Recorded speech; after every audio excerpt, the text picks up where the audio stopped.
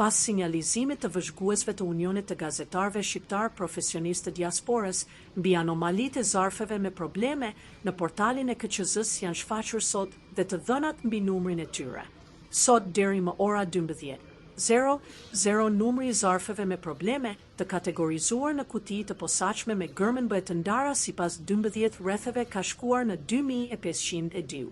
Këto zarfe, pasi janë hapur nga operatorët e KQZ, kanë rezultuar se kanë mungesë të zarfit B, ose kanë vetëm një zarf a janë të grisur të palexueshëm në barkod ose të hapur.